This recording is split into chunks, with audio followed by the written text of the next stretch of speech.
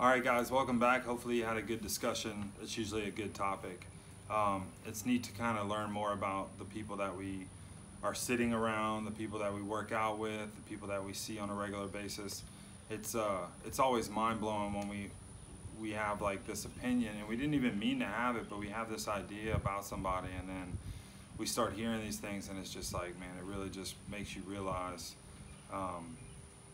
how much more there is to people than what's on the surface. So that's always neat. Hopefully you guys are having those experiences too.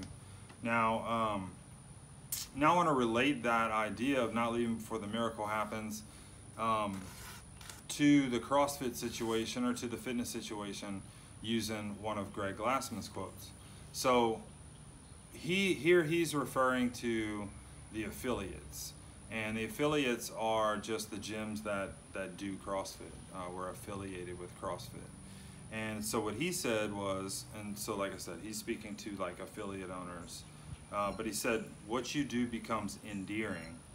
They love you for it, talking about the clients love the affiliates for what they're doing. And he said, but something else happens, and then it becomes enduring. So basically, you know, clients, athletes love what goes on there, what they get from it, what they experience. But then something else happens, and it's not just that they love it and appreciate it, but it's like this lasting, deep, long, enduring appreciation. So those are the points that he was making. But the point that I'm bringing forth is this idea of something else. So what is the something else that happens? How does it go from, you know, that's great that it's endearing and people like it, but what makes it enduring? You know, that's really what we're after, right? Like, we don't need a recovery that only lasts a few weeks or a few months. Like, most of us have managed to pull that off ourselves. What we're looking for is something enduring. And kind of what this is saying is, in order for that to occur, something else has to happen. What SobrietyWoD is about is sort of just helping that something else to happen. Like, that's really what, at its core, that's what it's about. And I feel like, you know, we open up to each other as we exercise together, as we hurt together, as we experience victory together. Those bonds are going to be formed. That's part of that something else. Sometimes that happens spontaneously. A lot of times it happens spontaneously. But even if it happens spontaneously, it can be bolstered by situations like these, where we do talk about how deep it is and how meaningful it is. You know, one of the things that I've said before, people used to make fun of CrossFitters because all they talked about was CrossFit. And that's how we were, me and my family, for a couple years.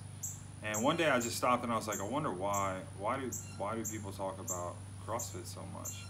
And, you know, what I realized is that really it's because it affects your entire life. You know, it has something to say about your sleep. It has something to say about your nutrition. It has something to say about the way you move your body and the way you do things.